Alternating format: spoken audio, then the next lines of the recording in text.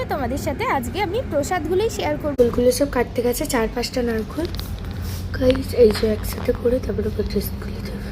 এগুলো কিন্তু খুব সুন্দরভাবে প্যাকিং করা, ডবল কোটেশন করে। মোরব্বা থেকে এই দেখো কিসের দানা বেরিয়েছে, ওই লাউয়ের দানা, লাউ থেকে তো হয়।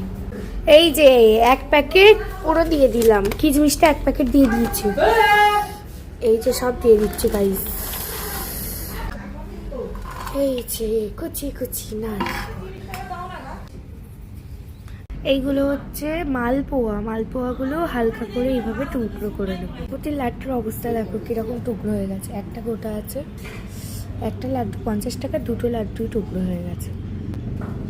লাড্ডুগুলো দেখো কি সুন্দর, কাজু বাদাম, তারপর কিশমিশ, এলাচ, খুব সুন্দর টেস্ট, কাজু বাদামের লাড্ডু এগুলো।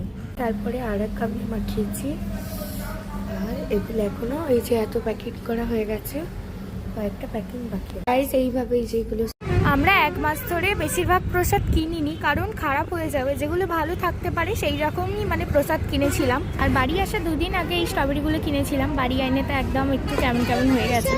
আমার হাতে যে ছোট ছোট শঙ্খগুলো আর এই যে নুড়িগুলো দেখছি, গোয়া সি বিচ থেকেই নিয়েছিলাম। এবার দেখি আমার পুরোনো ফোনেতে কি 36টার মতো মিস কল দিয়েছে, ভগবান জানে। জ্যোতির্লিঙ্গ তো অনেকগুলো এইবারেও খুললাম, ওই জন্য কিছু আমার পিছিয়ে আমাদের ওই যে তীর্থস্থান গেলে নাকি বাড়িতে ডেকে খাওয়াতে হয় নিমন্ত্রণ করে, ওই জন্য ও খাইয়েছিল আমাকে আর কি।